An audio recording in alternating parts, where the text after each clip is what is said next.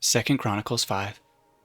Thus all the work that Solomon did for the house of the Lord was finished.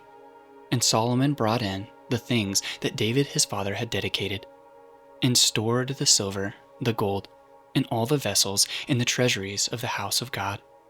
Then Solomon assembled the elders of Israel, and all the heads of the tribes, the leaders of the fathers' houses of the people of Israel, in Jerusalem, to bring up the ark of the covenant of the Lord out of the city of David, which is Zion. And all the men of Israel assembled before the king at the feast that is in the 7th month. And all the elders of Israel came, and the Levites took up the ark. And they brought up the ark, the tent of meeting, and all the holy vessels that were in the tent. The Levitical priests brought them up. And King Solomon and all the congregation of Israel, who had assembled before him, were before the ark, sacrificing so many sheep and oxen that they could not be counted or numbered.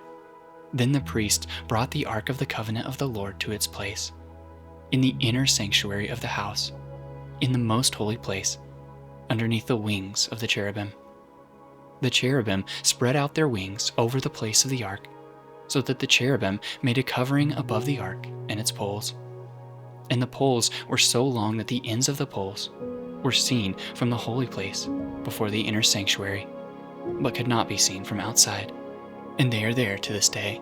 There was nothing in the ark except the 2 tablets that Moses put there at Horeb, where the Lord made a covenant with the people of Israel when they came out of Egypt, and when the priests came out of the holy place.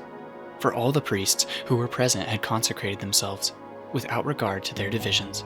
And all the Levitical singers, Asaph, Heman, and Jeduthun, their sons and kinsmen, arrayed in fine linen, with cymbals, harps, and lyres, stood east of the altar with 120 priests who were trumpeters.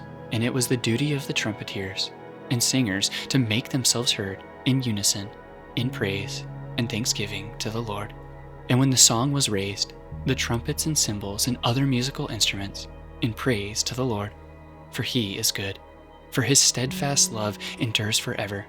The house of the Lord was filled with a cloud, so that the priests could not stand to minister because of the cloud, for the glory of the Lord filled the house of God.